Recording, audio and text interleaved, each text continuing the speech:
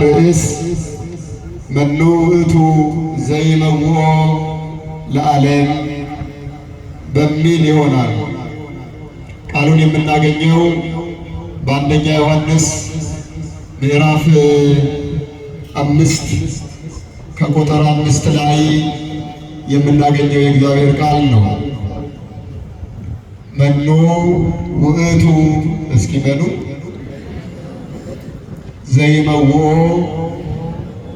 ለዓለም ሁላችሁም በሉ መኑ ውእቱ ዘይመውኦ ለዓለም ዓለምን በሉ የሚያሸንፈው ማን ነው?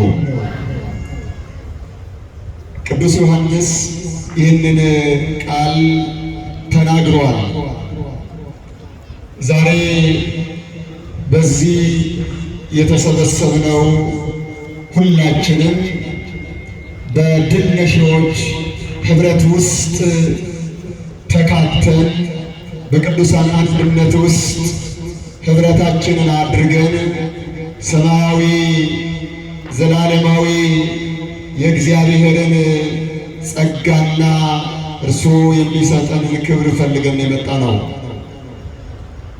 ታዲያ በዓለም ውስጥ ስንኖር ልናሸንፋቸው ድል ልናደርጋቸው የሚገቡ ነገሮች እንዳሉ ደግሞ መጽሐፍ ይናገራል። በዓለም ላይ ብዙ አሸናፊዎች ተብለው የሚጠሩ በርካታ ሰዎች አሉ።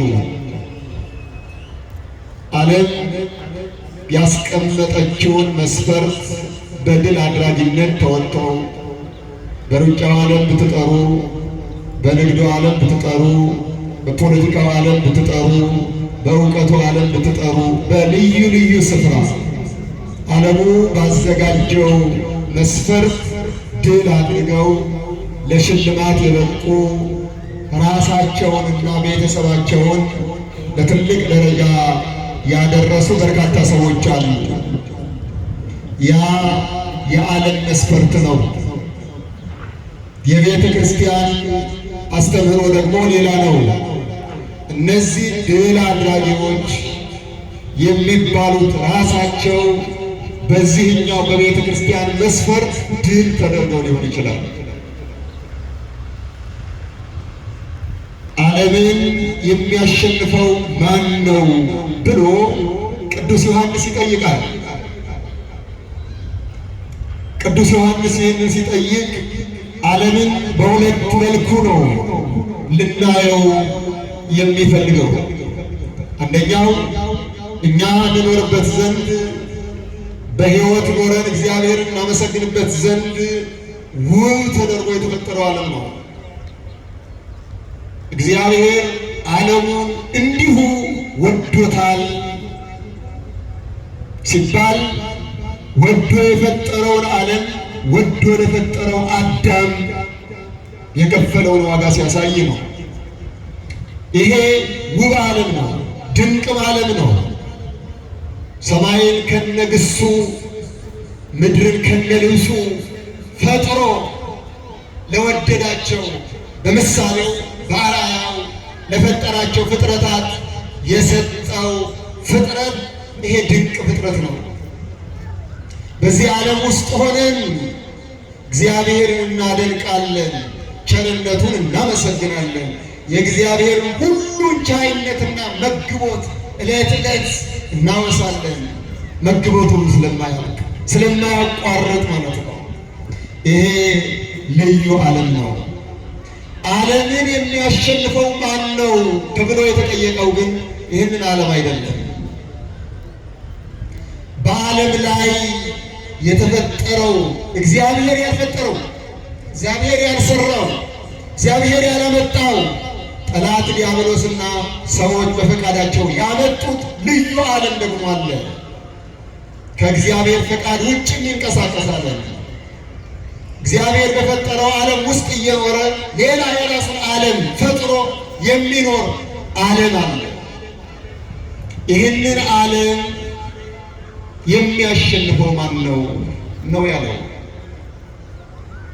ዓለሙ በዓለሙም ያለው በሙሉ ገዢያቸው ዲያብሎስ ነው። ጌታችን መድኃኒታችን ኢየሱስ ክርስቶስ ዲያብሎስን የዚህ ዓለም ገዢ ነዋል። የዓለሙ ገዢ ይመጣል፣ አንዳችም አያገኝብኝም ይላል። የሰው ልጆች ይህንን እግዚአብሔር የሰጣቸውን ውብ የሆነውን ዓለም እያደነቁ እሱ የሰጣቸው መግቦት እያመሰገኑ ሊኖሩ ሲገባቸው ከዚህ ፈቀቅ ባሉ ጊዜ ሌላ ዓለም ተፈጠረ። በክፋት የተሞላ በጭንቅ የተሞላ በመከራ የተሞላ የተረገመ ዓለም ማለት ነው። ይህንን ዓለም ድል ለማድረግ ብዙዎቹ ሮጠዋል፣ ድል ተደርገዋል። ብዙዎች ወጥተዋል፣ ወርደዋል። ዓለሙ ጠልፎ ጥሏቸዋል። ደግሞም እግዚአብሔርን አምባ መጠጊያ አድርገው ድል ያደረጉት ደግሞ ያሸነፉት ዓለምን ከነ ግሳንግሱ ጥለው ያሸነፉት ዓለምንና አምሮቱን ያሸነፉት ድል ያደረጉ አሉ። ጥያቄ ነው፣ ዓለምን የሚያሸንፈው ማን ነው? የትኛው ዓለም? አንዱ ዓለም የኔና የእናንተ ሥጋ ነው። አንዱ ዓለም ይሄ ስቦ ከእግዚአብሔር ፈቃድ ከእግዚአብሔር ሕግ ጎትቶ እየወሰደን ያለው ዓለም ነው። ቅዱስ ዮሐንስ ይጠይቃል። በመጽሐፍ ቅዱስ እግዚአብሔር ራሱ ጥያቄ ጠይቀዋል። ሰዎች እግዚአብሔርን ጠይቀዋል። ሰዎች ሰዎችን ጠይቀዋል። የሰው ልጆች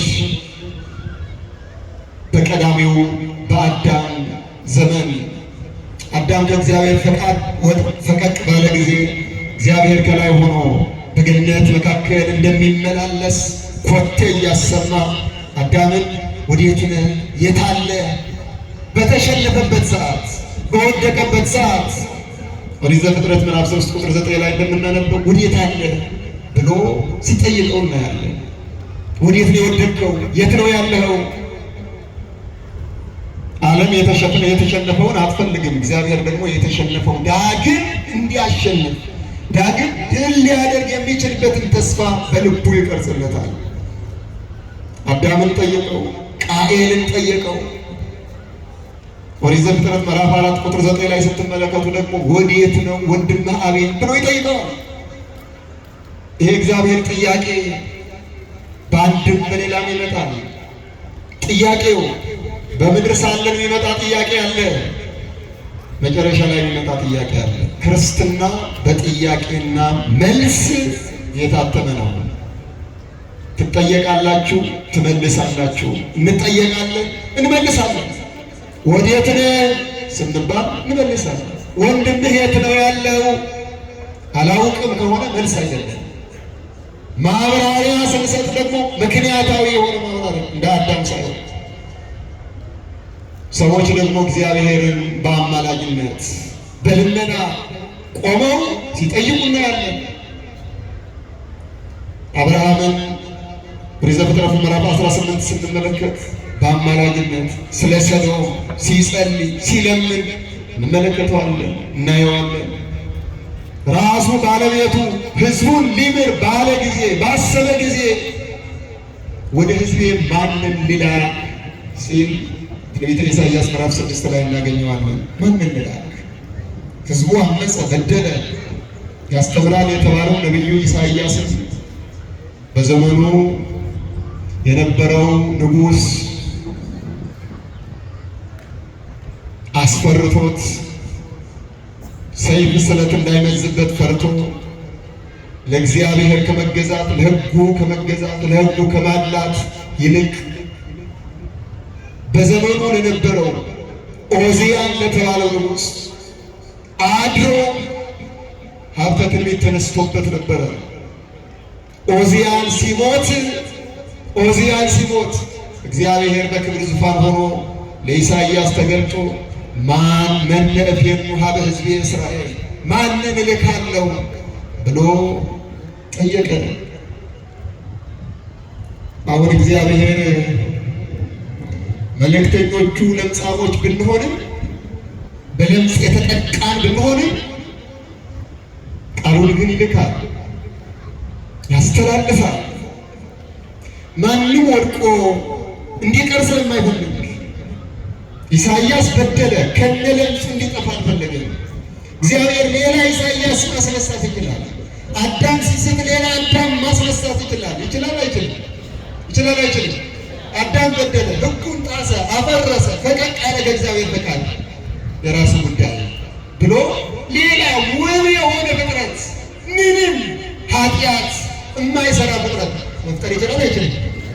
ይችላል። እግዚአብሔር ግን የወደቀውን ማቅናት የተሰበረውን መጠገን ስራው ነው። ክብር ምስጋና ለስሙ ይሁን። ስራው ነው። ለዚህ ነው ተስፋ የማንቆርጠው። ስንወድቅ፣ ስንሰበር፣ በኃጢአት ስንጨመላለቅ፣ ከሕጉ ፈቀቅ ስንል፣ ስንወጣ ይህ ክርስቲያናዊ የሆነ ትግበራ ስንሰራ ምሕረቱ ቸርነቱ ብዙ ነው። እግዚአብሔር መሐሪ ነው፣ ይቅር ባይ ነው። ደግሞም ያነጻኛል፣ ያጥበኛል። ብቆሽሽም ብበድልም ዓለም ብታሸንፈኝም ማሸነፊያ የሆነውን መጽናኛ የሆነውን ቃሉን ይሰጠኛል ብለን የምንመጣው ለዚህ አይደል? ኢሳይያስ ለምጽ መጥቶት ነበረ። በለምጽ ተመቷል። በለምጽ የተመታው ደግሞ በኃጢአቱ ምክንያት ነው። ኦዚያን ንጉሥ ነው፣ ካህን አይደለም። ስለዚህ ልብሰ ተክህኖውን ለብሶ ወደ ቤተ መቅደስ ልግባ ብሎ ገባ። ታው አትግባ ብሎ ሊገስጸው ይገባ ነበር፣ አልገሰጸውም። ከዚህ አንጻር በአንደበቱ ነበረ ትንቢቱን እንዲናገር የእግዚአብሔርን ቃል እንዲያስተላልፍ የተፈቀደለት። አፉ ላይ ለምጽ ወጣበት። በብሉይ ኪዳን ደግሞ ለምጽ የወጣበት ሰው እንኳን ሊያስተምር ከማህበረሰቡ ይገለላል። ለምጽ የኃጢአት ውጤት ስለሆነ ማለት ነው። ንጉሱም በለምጽ ተመታ፣ ከንግስናው ፈቀቅ አለ። ነቢዩም በለምጽ ተመታ፣ ከማስተማሪያው ስፍራ ፈቀቅ አለ። በምኩራብ ከሚያስተምረው ትምህርት ማለት ነው። አሁን ኦዚያን ሞተ። ኦዚያንን ፈርቶ ነበረ ካለመናገር ወደኋላ ያለ። ኦዚያን ሞተ። ዘመን ይሄዳል፣ ዘመን ይመጣል። ጊዜ ይመጣል፣ ጊዜ ይሄዳል። ነገስታት ይመጣሉ፣ ነገስታት ይሄዳሉ። የማይሄደው የማይቀየረው በዘመናት የሸመገለ ለዘላለም የሚኖረው ማን ብቻ? ማን ብቻ? ዘመን ሲቀየር አብሮ የሚቀየር ሰው፣ ዘመን ሲለወጥ አብሮ የሚለወጥ አገልጋይ፣ ዘመን ሲለወጥ አብሮ የሚለወጥ ክርስቲያን እግዚአብሔር ሰው ነው። እግዚአብሔር ሰው ነው ወይ? በዚህ በእኛ እድሜ እንኳን እድሜ ሆኖ ስንቱን አሳዘ፣ ስንቱን ይህ ክርስቲያናዊ የሆነ በቅዱስ ዮሐንስ አፈወርቅ በአድናቆት የተሰጠንን ክብርና ያለንበትን ደረጃ ሲመለከት ተጨንቆ ተመልክታችኋል ወይ? ርኢክሙኑ ዘገብረ ለእግዚአብሔር፣ እግዚአብሔር ያደረገልን አያችሁ ወይ? የተሰጠን ክብር መጠነ ርኢክሙኑ መጠነ ሀሎ ርቀት ምድር እስከ ሰማይ፣ ከምድር እስከ ሰማይ ድረስ ያለውን ርቀት አይታችሁታል ወይ? ተመልክታችሁታል ወይ ይላል። ከዚህ እስከ ሰማይ ያለውን ርቀት ለማነጻጸር ነው። ከዚህ ሰማይ ደግሞ እስከ ሌላኛው ሰማይ ያለው ርቀት፣ እስከ ሰባቱ ሰማያት ድረስ ያለው ርቀት፣ ከአንዱ ሰማይ ወደ ሌላኛው ሰማይ፣ ከሌላኛው ሰማይ ወደ ሌላኛው ሰማይ ያለው ርቀት አይታችሁታል፣ ተመልክታችሁታል። የሰው ልጅ የተቀመጠው ከዚህ ሰማይ በላይ አይደለም፣ ወይም ደግሞ በሰማያውያን መላእክት ሰማይ አይደለም። ሰባቱ ሰማያትን አልፎ ሂዶ ወርዶ ወድቆ የነበረው ሰው አምላክ ሰው አምላክ ሆነና በዙፋኑ አስቀመጠው ይላል። ክብር ምስጋና ለስሙ ይሁን። በዙፋኑ አስቀመጠው። ኢታምሩ ከመሬት ንሕነ፣ እናንተ ሰዎች አታውቁም ወይ እኛ አፈር እንደሆንን? ምን እንደሆንን? ምንድን ነን እኛ? ምንድን ነን? የተቀመጥነው አፈር ማለት ነው አይደል? ግን የተለየ አፈር፣ ግን በማን አርአያ የተፈጠረ አፈር? በማን ይህንን የምላችሁ ተፈጥሯችንን ለማቃለል አይደለም ይላል። አኮ ዘእቤ ዘንተ መኒኔ ፍጥረተነ። ይህንን የምለው ተፈጥሯችንን ንቄ አይደለም፣ ነገር ግን የተሰጠንን ክብር ላሳያችሁ ፈልጌ ነው ይላል። እኔ በጣም አንዳንድ ጊዜ ግርም አይላችሁ ለራሳችሁ ሰው የእግዚአብሔር ልጅ ተብሎ ድጋሚ የሰይጣን አገልጋይ ሲሆን፣ ሰው የሰማይ ዜጋ ተብሎ የመንግስተ ሰማያት ዜጋ ተብሎ በስጋውና በደሙ ታትሞ ዳግም በማይስማማው በማይመጥነው የኃጢአት አረንቋ ውስጥ ትጨማለቅ አያሳዝናችሁ? የተከበረ የቆራቢ የካህን ልጅ በማይስማማው ስፍራ ሲገኝ፣ ወገኖቼ እኛ እኮ ክርስቶስ የሞተልን ሰዎች፣ እኛ እኮ ስጋ የተቆረሰልን ደም የፈሰሰልን በመስቀል ላይ ዋጋ የተከፈለልን ምን እኮ እንደው ዛሬ ወንጌሉ የተነበበው ያው እመቤታችን ወርሃዊ በዓል ላይ እመቤታችን ነው የሚነበበው። መልእክታቱን አይታችኋቸው ከሆነ ሊቃውንት አባቶቻችን ቀምመው ነው ያስቀመጧቸው።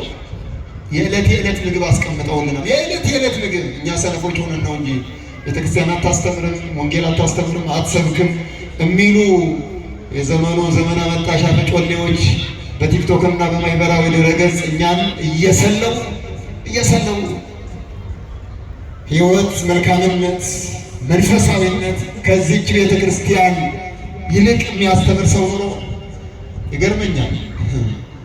አንዳንዶቹ የትዳር ሕይወትን የሚያማክራቸው ኦርቶዶክሳውያን ሆነው ሌላ አካል ጋር ይሄዳሉ። የትዳር ሕይወት ለመማከር የትዳር ሕይወት የሚያማክራቸው ባለትዳሮች የሚሄዱት ከማይስማማቸው ከሃይማኖታቸው ጋር ከማይሄድ ሰው ጋር ይሄድና ምክር ይፈልጋሉ። ምክር ያለው አባቶች ጋር ነው። አባታችሁ ጋር ብትመጡ በወንጌል የተዋበ በምስጢር የለሰለሰ ሕይወታችንን ያደሰ በስጋው ደሙ የታተመ የሕይወት ምክር ይሰጣሉ። ዳሩ ግን እኛ ልናስተውል አልቻልንም፣ ልንመለከት አልቻልንም። እና በየቀኑ ማዕድ አዘጋጅታለች ቤተ ክርስቲያን። ከሳ መካከል ንፍቅ ካህኑ የሚያነበው በዛሬው ዕለት የተነበበው የሐዋርያት ሥራ ምዕራፍ 8 ነው። ያ ኢትዮጵያዊው ጃንደረባ ወደ ኢየሩሳሌም ሄዶ ሲያነበው የነበረው መጽሐፍ ነው። ትንቢተ ኢሳይያስ ምዕራፍ 53 ላይ ያለውን ነው ሲያነብ የነበረው። በብሉይ ኪዳን የነበረውን የኦሪት የሕግ የሥርዓት ትምህርት የምታስተምር ሀገራችን ለጃንደረባው የሰጠችው መዝገብ መጽሐፍ ቅዱስ ነው። ታዲያ ሲያነበው የነበረው ተጨነቀ፣ ተሰቃየ፣ መከራ ተቀበለ፣ በሸላቾቹ ፊት ዝም እንደሚል ዝም አለ። ስለ በደላችን ስለ መተላለፋችን ደቀቀ እያለ ያነባል። ታዲያ የምታነበው ታውቀዋለህ ወይ ብሎ በመንፈስ ቅዱስ ተነጥቆ መጥቶ ፊልጶስ ሲጠይቀው የሚነግረኝ ሳይኖር የሚያስተምረኝ ሳይኖር እንዴት ልወቅ አለ። እባክህን ንገረኝ። ነቢዩ ስለማን ነው የሚናገረው? ስለ ራሱ ወይስ ስለሌላ? የኢየሱስ ክርስቶስን ከሰማይ ወርዶ ከምድር ከድንግል ማርያም በድንግልና ተጸንሶ በድንግልና ተወልዶ አምላክ ሰው ሰው አምላክ የሆነበትን ምስጢር በዝርዝር ከልደቱ እስከ ስቅለቱ ድረስ ያለውን የማዳን ሥራ ነገረ። ልቡ ቀለጠ። እንዴት አምላክ ሰው ሆኖ እኛን ለማዳን መስቀል ላይ ተሰቀለ? እኛ ስንበድለው፣ እኛ ስናጠፋ፣ እኛ ስንርቅ እሱ ይህን ያህል ከሰማይ ከዙፋኑ እንዴት እኛን ሊያድን መጣ? ስለዚህ ምን ላድርግ? በኢየሱስ ክርስቶስ እመን፣ ብታምን ትድናለህ። ብታምን ተጠምቀህ በጥምቀቱ ትድናለህ። አምናለሁ። ነዋ ሀሎ ማይቴ በዚህ እንሆሃለ እንዳልጠመቅ የሚከለክል ማን ነው አለ። እመንና ተጠመቅ አለው። አመነ፣ ተጠመቀ። የእግዚአብሔር መንፈስ መጣና እላዩ ላይ ያረፈበት የዛ የጃንደረባው ልጆች ነው። ታስተውላላችሁ? ከሰማይ የወረደው ንጉሥ በመስቀል ላይ የተከፈለው ዋጋ ክርስቶስ በደሙ ፈሳሽነት የገዛው ማንነት፣ በደሙ ፈሳሽነት ያጠበው ማንነት፣ ያነሳው ማንነት ይዘን ነው የምንንቀሳቀሰው። ባለ ዕዳዎች ምን ማለት ነው? ባለ አደራዎች ምን ማለት ነው? ዝም ብለን በከንቱ የምንባክን ትውልዶች መሆን የለብንም። እያንዳንዷ ኮቴያችን የተለካች መሆን አለባት። ንግግራችን የተለካ፣ ኑሯችን የተለካ፣ እንቅስቃሴያችን የተለካ ነው መሆን ያለበት። እኛ እንደ ክርስቲያን ነው እየኖርን ያለ ነው አይደለም አላውቅም።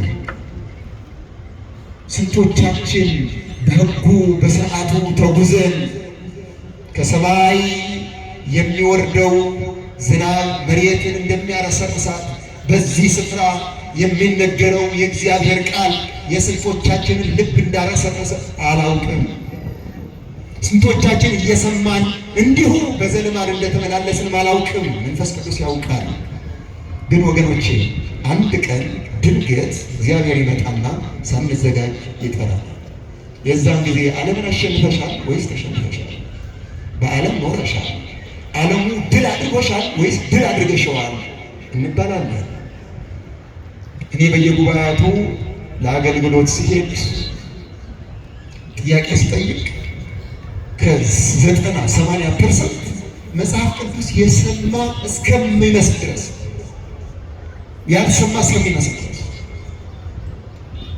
ሲጠየቅ ቆርባችኋል? አልቆረብንም። ንስሐ አባት አላችሁ? የለንም። ታስቀድሳላችሁ? እናስቀድስ እና እንዲሁ ክርስትና እንዲሁ የእግዚአብሔር መንግሥት አይገባም። የለም። እንደዚህ አይነት ሕይወት መኖር የለብንም።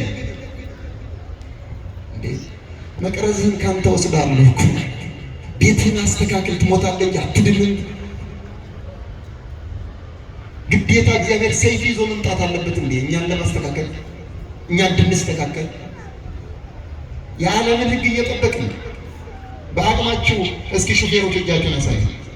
ሹፌሮች ሹፌር የለም? ሹፌሮች እጃችሁን እስኪ አሳዩ። ሹፌር ትራፊክ እያየ ቀይ መብራት ጥሶ ይሄዳል።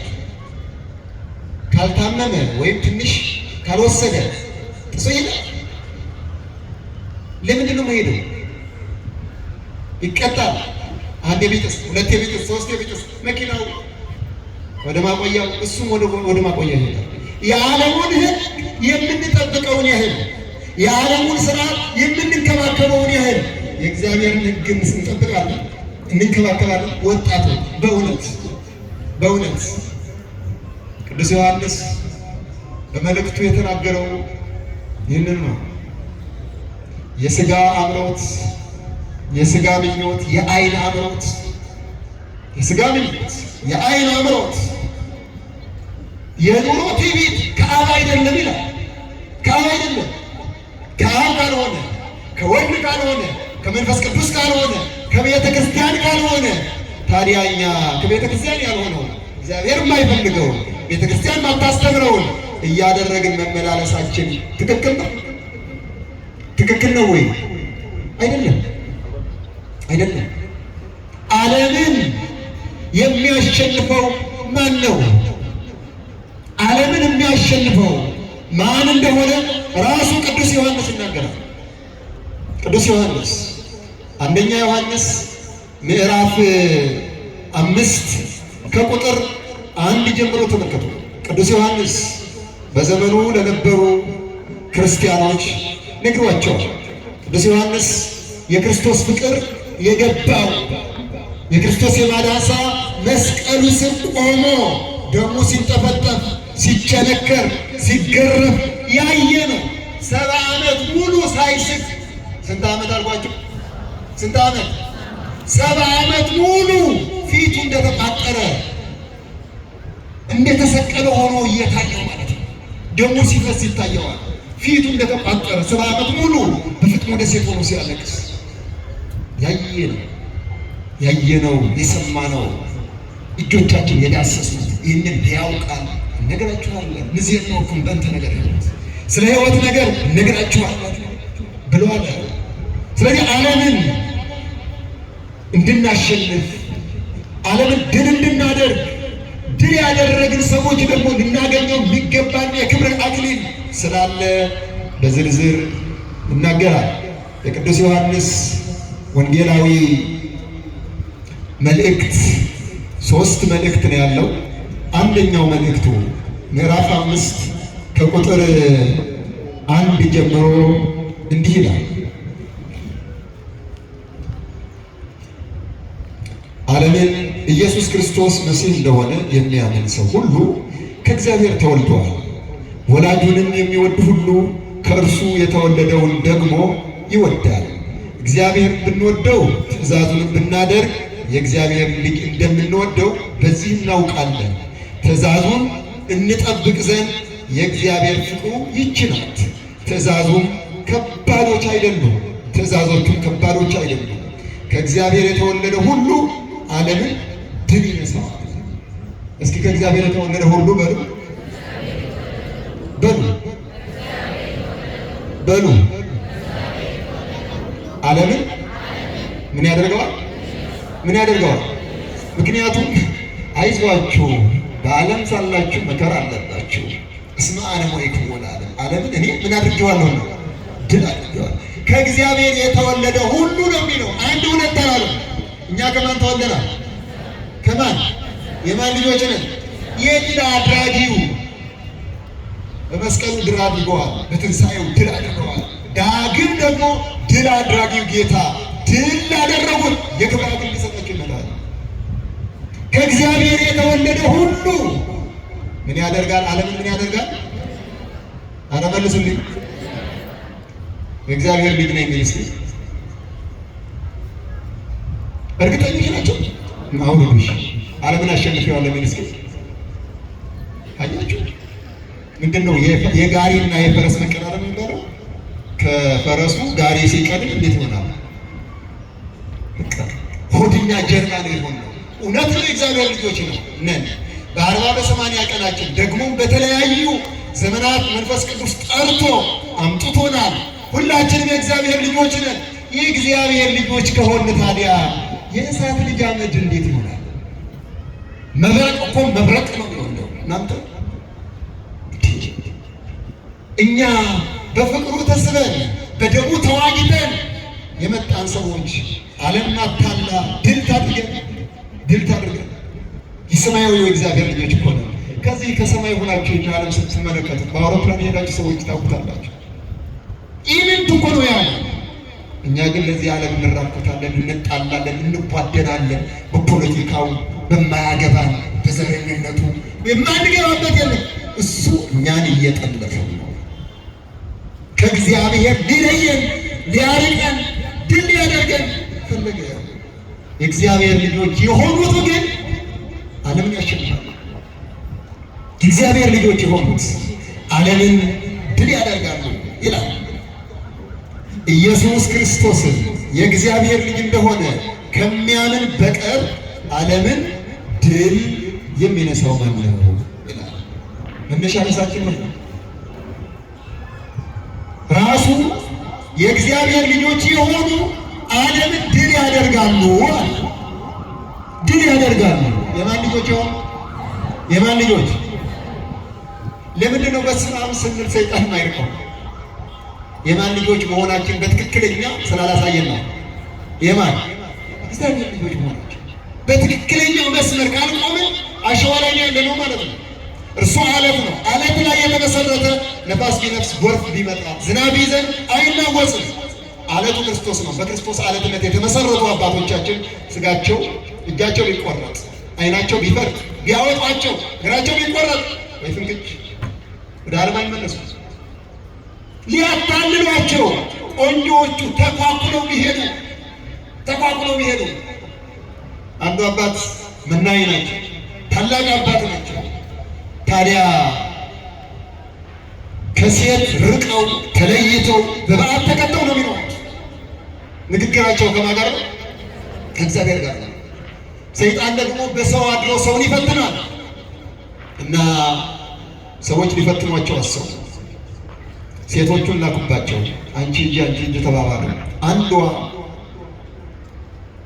በዚህ በኃጢአቱ ስራ ተሰማርታ የምትኖር እሱን እኔ ድል አደርገዋለሁ፣ አሸንፈዋለሁ፣ እናንተ ብቻ የሚገባኝን ስጡኝ ብላ ተዋውላ ሰውን ለማስካት መደራደር ልክ ይሁዳና አይሁድ እንዳደረጉት ክርስቶስን ለመስቀል የተደራደሩት ያህል ከዛ በኋላ የምንዝር ጌጧን ለብሳ የሚያስፈልጋትን ነገር ሁሉ አዘጋጅታ ማታ ሄደች፣ አንኳኳች፣ ደጅ ጸፋች። ማን ልበል ሲሉ ቀን የመሸባት እንግዳ ነኝ አለች። ልባቸው ለሁለት ተከፈለ። ካላስገባኋት ነግደ ኮንኩ ወይ ተወከፍኩሙኒ እንግዳ ሆኜ ምን አላላችሁኝም የሚለውን ሕግ ልሽር ነው። ካስገባኋት ደግሞ ልፈተን ነው። ስለዚህ የአምላኬን ቃል ከምሽር ስጋዬን በቃሉ ልጎስል ይሻለኛል ብለው ከፍተው አስገቧት። ማረፊያ ሰጧት፣ እሳት አነደዱላት። እሳቸው ይጸልያሉ። እሷ ደግሞ በእሳቱ ላይ በቤቷ ያስለመደችውን ዕጣን ትጨምራለች፣ ማይገቡ ነገሮችን ታደርጋለች። ከዛ በኋላ ጠየቀቻቸው፣ አፋውታ አብረን እንተኛ አለቻቸው። ነው ጥሩ። እሳቱን በደንብ አድርገው ጨመሩበት፣ ፍሙ ፋጠ። ከዛ በኋላ እግራቸውን እሳቱ ላይ አገሉት። ለዚያ ለምተኛበት እግራቸው በእሳቱ ተበልቶ ጭስ አወጣ። እናንተ አያችሁ፣ ልታሸንፋቸው መጣ፣ ድል ልታደርጋቸው መጣ። እሷ ውስጥ የነበረው ሰይጣን ድል ተደርጎ ወጥቶ መንኩሳ ዓለምን ንቃ በዓቱን ለእሷ ሰጥተው እሳቸው ሌላ በዓት አከበሩ። ክብር ምስጋና ለእነዚያ። እኛን ድል እያደረገን ያለው ምንድን ነው? ጊዜያዊ ስሜት፣ ጊዜያዊ አምሮት? ኧረ ግድ የለም፣ ኧረ ወርደናል። ከመስቀሉ አይናችንን ነቅለናል። ኦ ሰማ ገላትያ፣ እናንተ የገላትያ ሰዎች ሆይ መኑ አይነ መክሙ፣ ማን ነው አዚም ያደረገባችሁ? ክርስቶስ ተሰቅሎ ሳለ በአይናችሁ ተስሎ አልነበረም ወይ? የእናቱን ፍቅር የማይገባ ሰው እናቱ ስትታመም መከራዋን ሊሸከም አይችልም። የእናቱ ሕመም ያልተረዳ አመጣ እንደወለደችው ለእርሱ ያደረገችው ጥንቃቄ መከራውን ተሸክማ ሌሎች የሚጸየፉትን ነገሮች እንኳን ሳትጸየፍ ያሳደገችውን እናቱን ያላየ ልጅ እናቱን ሊንከባከብ አይችልም። ወገኖቼ አይናችን ከክርስቶስ መስቀል ከመከራ ሲነሳ ዓለም ተጠርፈናለች። በዓለም እንቀር፣ ዓለም ታሸንፈናለች፣ ድል ታደርገናለች። ድል የሚያደርጉት የእግዚአብሔር ልጆች ናቸው ከተባለ ለምንድን ነው ድል እየተደረግን ያለ ነው? ተጎትተን ነው? ሰይጣን አሳስቶን ነው? ስጋችን፣ ፍላጎታችን፣ ፈቃዳችንን መግዛት አቅቶናል፣ መግራት አቅቶናል። እንማራለን፣ መጽሐፍ ቅዱስ ይጠቀሳል፣ ብዙ ማብራሪያዎች ይሰጣሉ። መማሩ ጥሩ ነው። እንደ ችግኝ በቤቱ ተተክሎ ቃሉን ማድመጡ ጥሩ ነው። ለእግዚአብሔር ቃል ልብ መክፈቱ ደግሞ ለነገ የሚያዳል ጉዳይ። ልብ መከፈት አለበት። ሰው ደንገጥ ማለት አለበት። እንዴ እግዚአብሔር ቃል ሲነግር ማይደነግጥ ከሆነ ሰው መደንገጥ አለበት። ሰው አንድ ሕፃን ጭቃ ላይ ሲወድቅ ብድግ ሲል ነው ጎበዝ የሚባለው ወይስ እዛ ሲንከባለል? ብድግ ማለት አለበት። በኃጢአት ጭቃ ውስጥ ስንወድቅ፣ በኃጢአት አረንቋ ውስጥ ስንወድቅ ለምንሰራው ኃጢአት ሌላ ማብራሪያ እየሰጠን ሌላ ምሳሌ እያመጣን እንዴት ይሆናል? አትሳቱ። ማን አይዘበትበትም? መልስ። ማን አይዘበትበትም? እግዚአብሔር አይዘበትበትም። የተሸከምነው አካል የእግዚአብሔር አካል ነው። የተሸከምነው አካል ባለቤቱ የገዛው ነው። አኮ በወርቅ ኃላፊ ዘተሳየጠን በንጹሕ ደሙ ቤዘውን። በሚያልፈው ወርቅና ብር አይደለም የገዛን። በምንድን ነው የገዛን? በምንድን ነው የገዛን? ኧረ መልስ በደሙ በሉ እንጂ በምንድን የገዛን? በደሙ። የደም ዋጋ የተከፈለለት የደም ዋጋ። እገሌ እኮ ባለ ውለታዬ ነው እሱን አልረሳውም እስከ ሞት ድረስ ይባል የለ? የመከራዬ የጭንቄ ደራሽ ነው ይባላል። የመከራችን የጭንቀታችን የጨለማ መጋረጃ ተጋርዶ በነበረበት ጊዜ ከዚህ እስከ ሰማይ ድረስ በርደተ መቃብር ላይ በሞተ ሥጋ ላይ ሞተ ነፍስ፣ በርደተ መቃብር ላይ ርደተ ሲኦል ተፈርዶብን በነበርንበት ሰዓት ቀና ብለን እንዳንመለከት ኃጢአታችን አጎንብሶን በነበርንበት ሰዓት ነቢያት አባቶቻችን ጽድቃችን እንደ መርገም ጨርቅ ሆነብን ብለው እስኪናገሩ ድረስ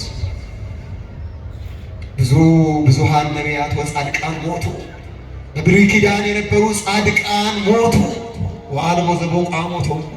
ሞታቸው ግን አንዳችን ሊጠቅም አልቻለም። ለምን? የገነትን በር አልከፈተም። ወዘ ክርስቶስ አድኃነ ዓለም። የክርስቶስ ደም ግን የተዘጋው የሲኦል በር ከፍቶ ሕሙማንን ሙታንን የወደቁትን ከሲኦል አውጥቶ ወደ ገነት አስገባቸው። ክብር ምስጋና ለሱ ይሁን። ስለዚህ የጭንቅ ቀን ያዋለዷችሁ እሷ እኮ አረሳኛለች እንዴት ትረሳታለሁ ትሉ የለ? እናቶች የወለዳችሁ ትሉ የለ? አረሳኛለች ታምሜ በመከራዬ ሰዓት እንዲያድጋኛለች ይባላል። በመስቀል በመከራ እያማጠ በችንካር እያማጠ በጅራፍ እያማጠ መስቀል ተሸክሞ ቀራንዮ ላይ እዛ ላይ የጠፋውን በግ ፈልጎ በትከሻው ኃጢአታችንን ተሸክሞ መስቀል ላይ የዋለውን ክርስቶስን እንዴት እንረሳዋለን? እንዴት እንዘነጋዋለን? ይህንን ያየ ኢየሱስ ክርስቶስ የአብ ልጅ መሆኑን ያየ የእግዚአብሔር ልጅ ነኝ ያለ ዓለምን ያሸንፋል። ምን ይላል? ዓለምን ያሸንፋል በሉ እንጂ ምን ይላል? ዓለምን ያሸንፋል። አሁን እንግዲህ እኔ ብዙ ጊዜ በቤተ ክርስቲያናችን አስተምሮ ከሚሰጡ ትምህርቶች መካከል የተግባር ትምህርቶች ናቸው አይደል? መሆን ያለባቸው እንደዚያ ነው። እስኪ ንስሐ የገባችሁ እጃችሁን አሳዙ። እሺ ያልገባችሁ ንስሐ ያልገባችሁ ከፍ አድርጉ። አይዟችሁ እናንተ ቁሙ ነው ያልኩት። አይሰማም? ስታንድ አትበል እናንተ ቋንቋ አቁሜ ላስተምራችሁ መናገራለት እንዳይቆጡኝ ደርሶ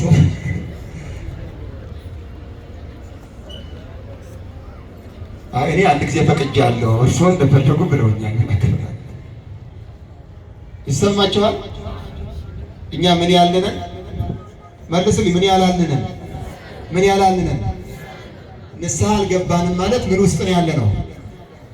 መልሱልኝ። ምን ውስጥ ነን? ማን አሸንፎናል? እና ትክክል ነን ወይ? ቃለ እግዚአብሔር አልሰማንም? ወንጌል አልተሰበከም? እና ምንድን ነው እንዲሁ ግሉኮስ እንደተሰካል እንኖር? ኦክሲጅን አያስፈልግም?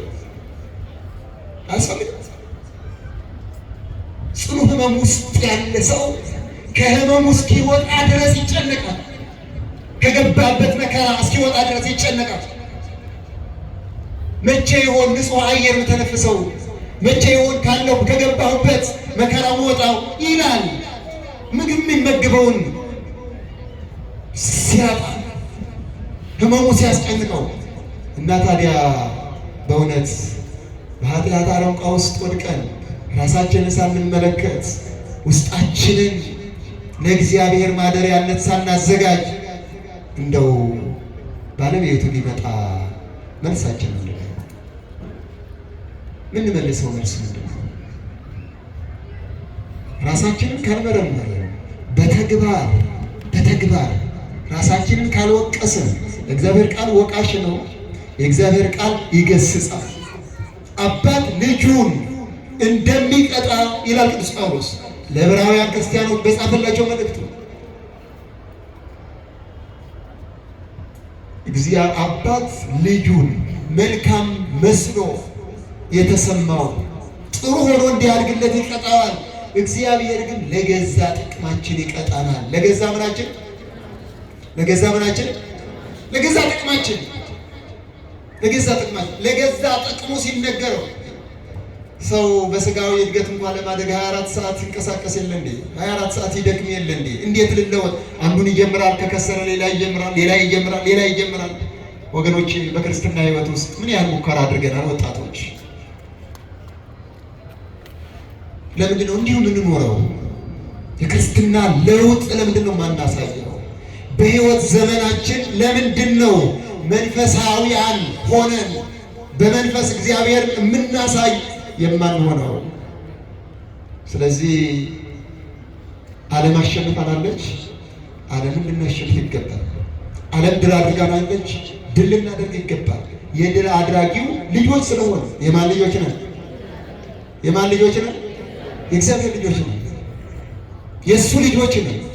የእሱ ልጆች እስከሆን ድረስ በዚህ ቅጽር ግቢ ያለነው ሁላችንም ቃሉን በሰማንበት ቅጽበት ከገባንበት ለመውጣት እባክህን አንሳይ ብለን እጃችን ማንሳት የለብንም? የለብንም ወይ? አለብን እኮ አለብን።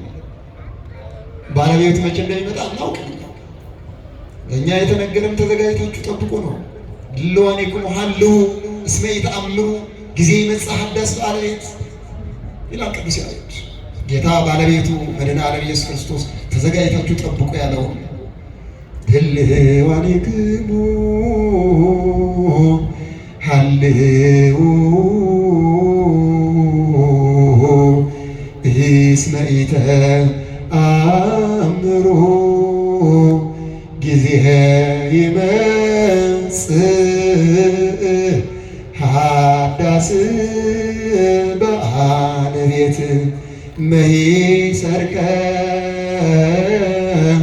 ወእመሂ መንፈቀ ሌሊት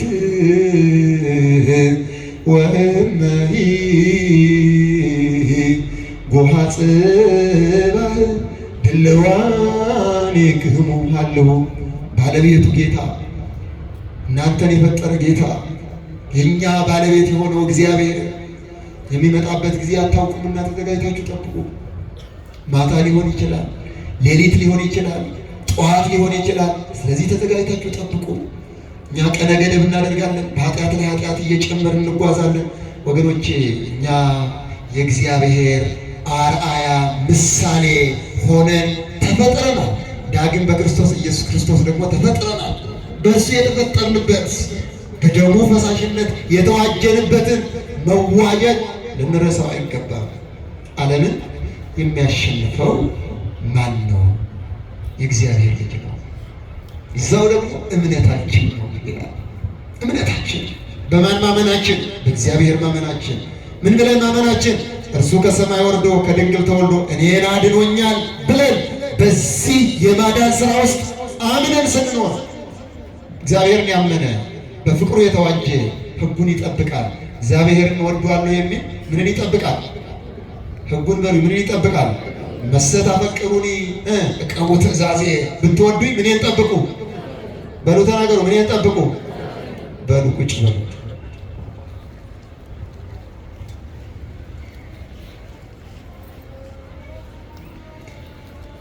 ዓለምን እስኪ በሉ። ዓለምን የሚያሸንፈው ማን ነው? ዓለምን ምን የሚለው? ምን የሚለው? የሚያሸንፈው። ዓለምን የሚያሸንፈው እምነታችን ነው ብሎ እዛው ላይ ይናገራል ቅዱስ ዮሐንስ። የእግዚአብሔር ልጆች የሆኑት ሁሉ ዓለምን ያሸንፋሉ። ዓለምን የሚያሸንፈው ደግሞ እምነታችን ነው። የአማኞች ሁሉ ምሳሌ አርአያ የሆነች የሐዲስ ኪዳኗ እመቤት እናታችን እመቤታችን ቅድስት ድንግል ማርያም ናት። አንድ አማኝ እኔ እግዚአብሔር ልጅ ነኝ ሲል ውስጣዊ ማንነቱን ውጫዊ ማንነቱን ይጠብቃል። ለዚህ ነው ቅድስት ኤልሳቤጥ ወብፅዕት አንቲ እንተ ተአምኒ ከመ ይከውን ቃል ዘነገሮኪ እምኀበ እግዚአብሔር ያለችው። ከእግዚአብሔር ተልከው የነገሯትን የምታምን እርሷ ብፅዕት ናት፣ አንቺ ብፅዕት ነሽ ብላታለች። አምና ይሄ የኔ አካል የእግዚአብሔር ማደሪያ ነው ብላ ውስጣዊ ድንግልናውን ጠበቀች። ምን አደረገች? ምን አደረገች? ጠበቀች። ውጫዊ ድንግልናውንም ጠበቀች። በሐሳብ በተግባር በውስጥ በውጭ ድንግል ታአፋ ድል ማድረግ ማለት ይሄ ነው። በቃል በንግግር በድርጊት በሐሳብ በእያንዳንዱ ነገር እግዚአብሔራዊ ያልሆነውን ስራ እንዳንሰራ እርሱን አምነን ስንጓዝ ዓለምን ድል አደረገ ማለት ነው።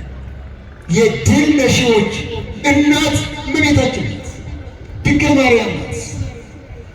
በዚህ ጨለማ በዋጠው ዓለም ብርሃን ሆና የተገለጠች፣ በዚህ ኃጢአት በከበበው ዓለም ኃጢአቱ ሳይነካት ወይ ረኩሰት በምንትኒ ዘፈጠራ ድንግል በህሊናሃ ወድንግል በሥጋሃ እርሱ ፈጣራት የተፈጠረላትን ሥጋ ጠበቀች፣ ጠብቃ ኖረች። ድል አድራጊ ናት። ምን አድራጊ ናት? ድል አድራጊ። የድል አድራጊዎች እናት ናት። የተሸናፊዎች እናት አለች። የድል አድራጊዎች ድል ነሺው ኢየሱስ ክርስቶስ ልጇ ነው። በድል ነሺው በግንዱ ቅርንጫፍ ተብለው የተጠሩ ቅዱሳን ደግሞ ድል ነሺዎች ናቸው፣ ድል አድራጊዎች ናቸው።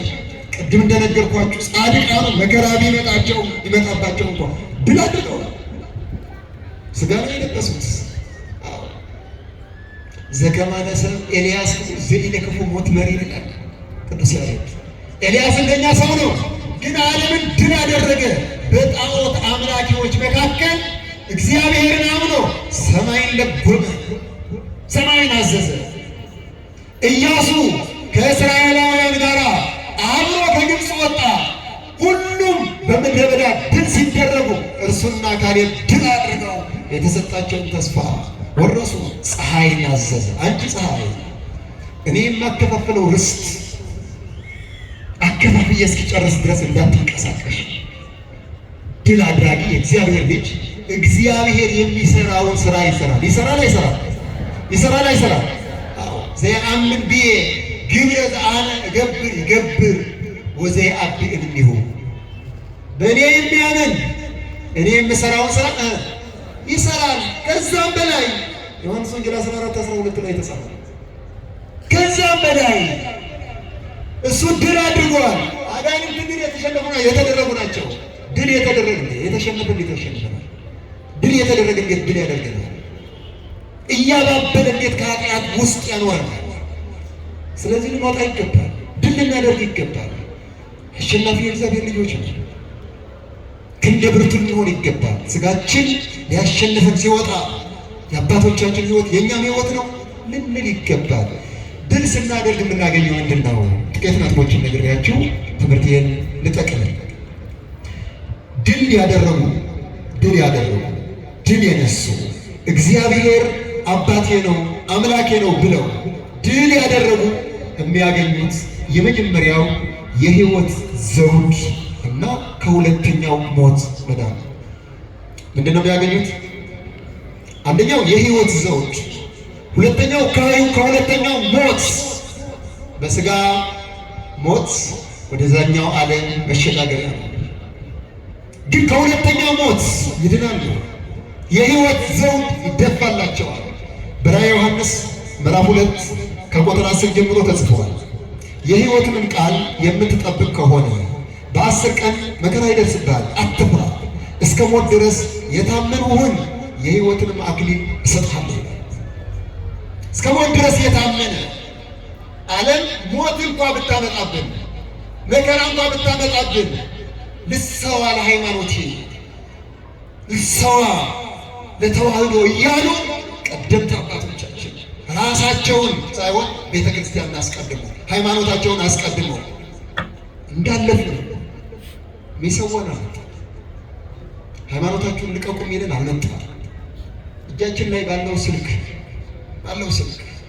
ስንቶቹ ተሰልበው ተሸንፈው አብረን እንጠነቀቅ ይገባል። ጎራችን ልንለይ ይገባል። አዋዋላችን ልንለይ ይገባል። ድል የነሱ ድል ያደረጉ ግን የህይወት አክሊል ይሰጣቸዋል። በሁለተኛው ሞት የማይሞት ሁለት ሞት አለ የለም። አንደኛው የሥጋ ነው፣ ሁለተኛው የነፍስ። ከሁለተኛው ሞት ይድናሉ፣ የክብር አክሊልን ይቀዳጃሉ። እነዚህ ምንድን ናቸው? ድል ያደረጉ ናቸው። ድል የነሱ እነዚህ የህይወት ዘውድ ይደፋላቸዋል። ሁለተኛው ከዕፀ ሕይወት የመብላት መብትና ስውር መና ይሰጣቸዋል። ቅዱስ ኤፍሬም እንዳለው ከፈለነ ንብላ ዳግመ ዕፀ ሕይወት፣ ያችን ዕፀ ሕይወት እንዳንበላ አባታችን አዳም ቀድሞ ዕፀ በለስን በላ ወጥተን ነበረ። ከዕፀ ሕይወት እንድንበላ ይሰጠናል። እውነቱ ነው። ቡሩክ እመቤታችን ናት። ዕፀ ሕይወት ክርስቶስ ነው፣ ፍሬው ክርስቶስ ነው። ከዕፀ ሕይወት ስውር መና ይሰጣቸዋል። ባለቤቱ በቅዱስ ዮሐንስ በኩል የተናገረው ነው። እንደዚህ ይላል በራዕየ ዮሐንስ ምዕራፍ 2 ቁጥር 7 ላይ መንፈስ ለአብያተ ክርስቲያናት የሚለውን ጆሮ ያለው ይስማ። ምን ያለው ጆሮ ያለው ድል ለነሳው እስኪ በሉ ድል ለነሳው ከእግዚአብሔር ገነት ከሆነችው ከሕይወት ዛፍ እንዲበላ እሰጠዋለሁ። ድል ለነሳው ኃጢአትን በጽድቅ ድል ለነሳው ማለት ነው። ዓለማዊነትን በመንፈሳዊነት ድል ለነሳው፣ ሥጋዊ ምኞትን ወደ መንፈሳዊ ሕይወት ቀይሮ ድል ለነሳው፣ አልታዘዝ ባይነትን እሺ አልን ባይነትን እሺ በማለት በመታዘዝ ድል ለነሳው፣ ቤተ ክርስቲያን የምትናገረውን ሰምቶ እሺ ብሎ ዓለምን ድል ለነሳው ከሕይወት ዛፍ ከስውር መና ይሰጠዋል። ከሕይወት ዛፍ ስር ይኖራል። እነዚህ ድል የነሱ አባቶቻችን አግኝተዋል። ሌላው ሶስተኛው በእግዚአብሔር ቤተ መቅደስ ውስጥ ምሰሶ ሆኖ መኖር ነው። ምን ሆኖ መኖር? ምሰሶ። እግዚአብሔር ከዳተኛ አምላክ አይደለም። ዓለም ከዳተኛ ናት። ሰይጣን ያባብልና ከእግዚአብሔር እቅፍ ይለይና ከዛ በኋላ ፍጹም ገጹ ነው የሚያሳየው። ፍጹም ገጹ ኃጢአት ለጊዜው ጨው ትላለች አይደል? በኋላስ መራራ ናት። የጽድቅ ስራ ደግሞ ለጊዜው መከራ ነው። ምክንያቱም ጠባብ መንገድ ነው። መጾም መጸለይ ጠባብ መንገድ ነው። ተነስቶ ከለመዱት የኃጢአት ሱስና ልምምድ መውጣት ጠባብ መንገድ ነው። በጠባው መንገድ ውስጥ ሲያልፉ ግን የሕይወት ዛፍ አለ። የመቅደሱ ምሰሶ ሆኖ መጠራት አለ። አባቶቻችን እንዲህ ነው የሆኑት። ለምንድን ነው መቅደስ የሚሰራላቸው? ለምንድን ነው ታቦት የሚቀረጽላቸው? ባለቤቱ ነው። የመቅደስ ምሰሶ ይሆናሉ ብለዋል። በዚህ በራዕየ ዮሐንስ ምዕራፍ 3 ቁጥር 12 ላይ ድል የነሳው በእግዚአብሔር ቤተ መቅደስ ምሰሶ እንዲሆን አደርገዋለሁ። ምን እንዲሆን? ማን ነው የተናገረው? ራሱ ባለቤቱ። ምሰሶ እንዲሆን ምሰሶ ያደርጋቸው። ምሰሶ እንዲሆን አደርገዋለሁ። ከእንግዲህም ወዲህ ከቶ አይወጣም። የእግዚአብሔርን ስም የአምላኩንም ከተማ ስም እርሱ ለዘለዓለሙ ይጠራል። አዲሲቱን ኢየሩሳሌምን አዲሱን ስሜ በእርሱ ላይ እጽፋለሁ ይላል። ድል ያደረገ ነው። የመጨረሻው ከክርስቶስ ጋር በዙፋን መቀመጥ ነው። በማን መቀመጥ? እንዴት በዙፋን እንቀመጣለን? ከክርስቶስ ጋር አምላክ እንሆናለን ማለት ነው አይደለም። እናንተ የተከተላችሁ በ12 ወንበር ትቀመጣላችሁ፣ ትፈርዳላችሁ ብሏችኋል ባለቤቱ። ራዕየ ዮሐንስ ላይ ምዕራፍ 3 ቁጥር 21 ላይ ድል የነሳው ከእኔ ጋር በዙፋኑ ይቀመጣል፣ እኔ ደግሞ ድል እንደነሳው ከአባቴ ጋር በዙፋኑ እንደተቀመጥኩ እሱም ይቀመጣል። በክብር ይቀመጣል ማለት ነው። የክብር አክሊል ይቀዳጃል ማለት ነው። አባቶቻችን ቅዱሳን ዓለምን ድል አድርገው በእግዚአብሔር ክብር ተቀምጠው የቤተ ክርስቲያን ምሰሶ ሆነው። ቤተ ክርስቲያን ምሰሶ እግዚአብሔር ነው እንጂ ባለቤቷ ናቸው። ምሰሶ አደረጋቸው፣ መስታወት አደረጋቸው። ሕይወታቸው የመጽሐፍ ቅዱስ ማሳያ መስታወት ሆነ። መስታወት ፊታችን የሚያሳየን ያህል መጽሐፍ ቅዱስ በተግባር የተገለጠባቸው እነሱ ናቸው። ዓይን ብታስትህ አውልቀው ጣሉ፣ አውልቀው ጣሉ፣ አውልቀው ጣሉ። ይሰከ ነቋረከ ትባዕ ውስተ መንግሥተ እግዚአብሔር። ዓይነ ስውር ሆነ ወደ እግዚአብሔር መንግሥት ብትገባ ይሻላል። የሚያምን ሰው ካለ በመርፌ ቀዳዳ ገመድ ያሳልፋል። አሳልፈዋል፣ ተራራውን አንቀሳቅሰዋል። ያልሰሩት ምን አለ? እነዚህ ምን ስላደረጉ ነው? ድል ስላደረጉ ነው። ዓለምን ድል የሚያደርገው ማን ነው? ዓለምን እንዳታሸንፈን፣ ዓለምን አሸንፈን በንስሐ ሕይወት ተመላለሰን ፈቃዱን ፈጽመን በፍቅሩ ተጠብቀንልን ነው። ማን ይፍቀድልን? ማን ይፍቀድልን? ድል እንድናደርግ ምን እናድርግ? ምን እናድርግ? ንስሐ እንግባትም እንዴ? ድል እንድናደርግ ምን እናድርግ? የቆሸሸ እጅ እንዲነጻ ምንድን ነው መደረግ ያለበት? የቆሸሸ እጅ ንስሐ ይገባ። እጅ ሲቆሽሽ ምን ይደረጋል? ልብስ ሲቆሽሽ መቼ ዝም ብሎ ይቀመጣል? እሺ ልብስ ተቀያሪ ያለው፣ ስጋስ ተቀያሪ ያለው፣ ተቀያሪ ያለው፣ ተቀያሪ የሌለው ልብስ ሲቆሽሽ ይዋል ይደር ይባላል እንዴ? እየከረፋ ሰው ፊት ይቀርባል? ተቀያሪ ያለው ለስጋችን አለ። ስለዚህ ልናጥበው ይገባል። በንስሐ ሕይወት ልንመላለስ ይገባል። ዛሬ ንስሐ እንድንገባ የተጣላን እንድንታረቅ በእግዚአብሔር ፈቃድና ሕግ እንድንመላለስ አምላካችን ለወደ እግዚአብሔር መልእክቱን ያስተላልፋል። መልእክቱን ሰምታችሁ